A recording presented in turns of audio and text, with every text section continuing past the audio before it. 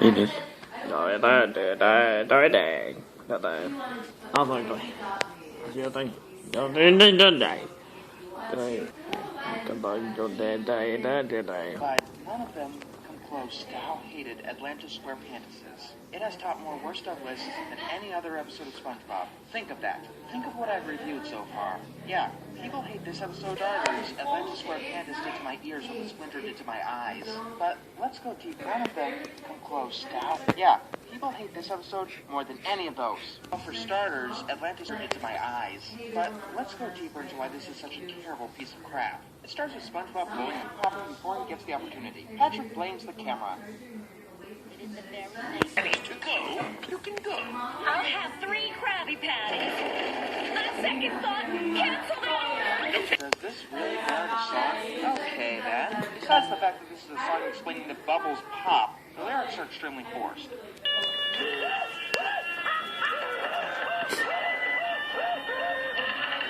is a song explaining that bubbles pop. The lyrics are extremely forced. Siren!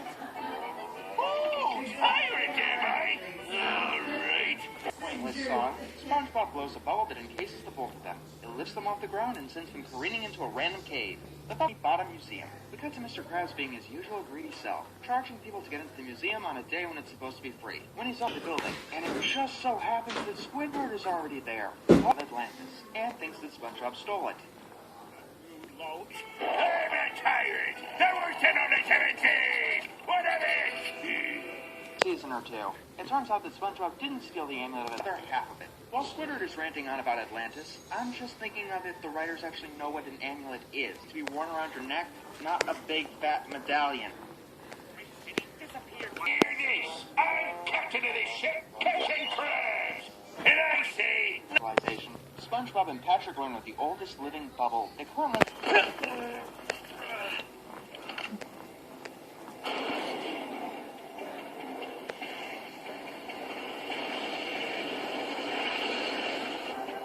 Are we there yet? We'll get there when we get there. Faded? Come on, really? A fucking bubble? You guys can do better than that. Hello, worthless students. I'm your new instructor. No one's ever failed my class. Let's live through it. Try. Oh, and Sandy just so happily butting into their conversation about Atlantis. So we've spent like 3 minutes. Woodward likes art, SpongeBob and Patrick like bubbles, and conversation about Atlantis. So we've spent like 3 minutes establishing that Mr. Krabs opened the way to Atlantis. Squidward is able to laser, which causes a van to drop out of the ceiling. Then the amulet goes into the van because... it's magic. Inside the van, we get... It's very hard work to blend 2D characters with 3D animation. It's a good thing these guys are... It's very hard work to blend 2D characters with trying. Unfortunately, the van is out of fuel for forward motion with fuel to do anything with it. So our heroes push the van out of the museum, carrying it to a gas station. But it doesn't have a gas tank because it's a gas station. But it doesn't have a gas tank because it fuels. Instead, it runs on song, which means that the...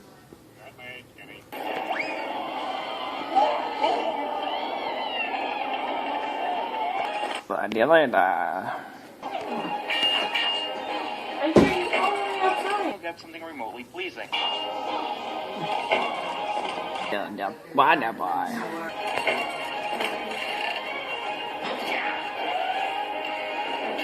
Bacon. Đó này. Ba rồi thấy. Ba cái này là con John. Trời nó pizza. I just said that.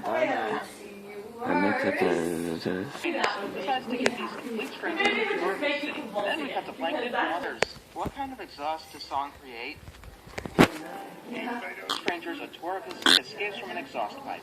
But What should we do with this tyrant, Captain Squidward? the lyrics are forced, but it's more like they're struggling in desperation.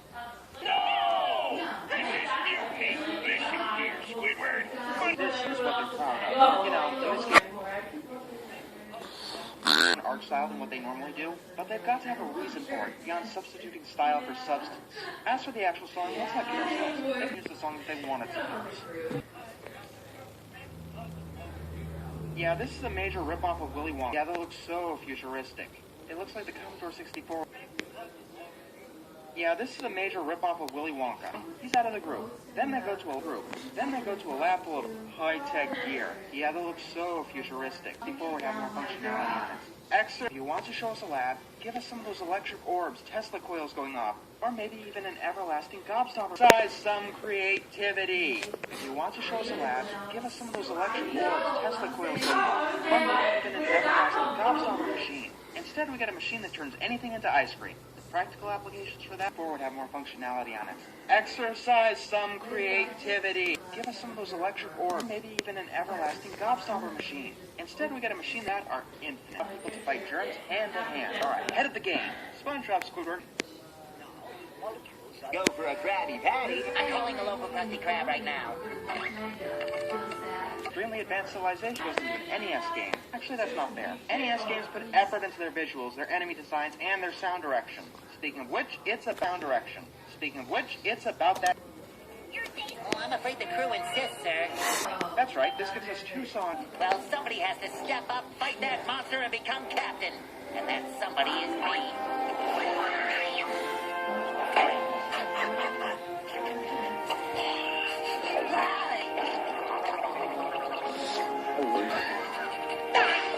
An actual Atlantean culture. Trust me, buddy, no you don't. Buddy, no you don't. Why would I want to be captain to such a sorry bunch of... In the episode Burp. Speaking of which, it's Squidward's turn. Not buying it. But this song is just stretching itself way too hard.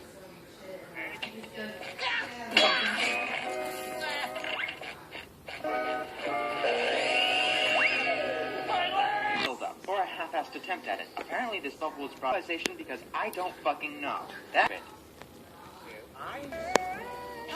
Well then, I'm gonna do the worst thing I can do to your old dime. Back at the beginning, the bubbles were popping before the camera went off. If they can't get the big details down, why not? We cut to the others eating SpaghettiOs. Painting in a few hours. Well, that was anticlimactic. Again. And when questioned, Patrick spills the beans.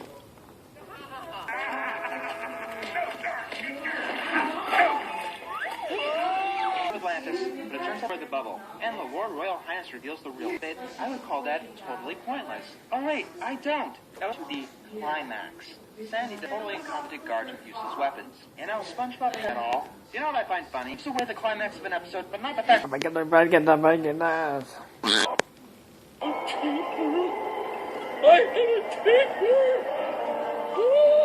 Wow, you guys get over something you figured out how to carry billions of light years through, get shoot onto the bus, the aim gets Atlantis Square Pantas. Had any flaws? The first one of them, anyway. Yeah, considering SpongeBob you're fired, we're still doing shit like this. Anytime that the story didn't take a break to throw us into a silly Wonka. And the songs themselves, nice.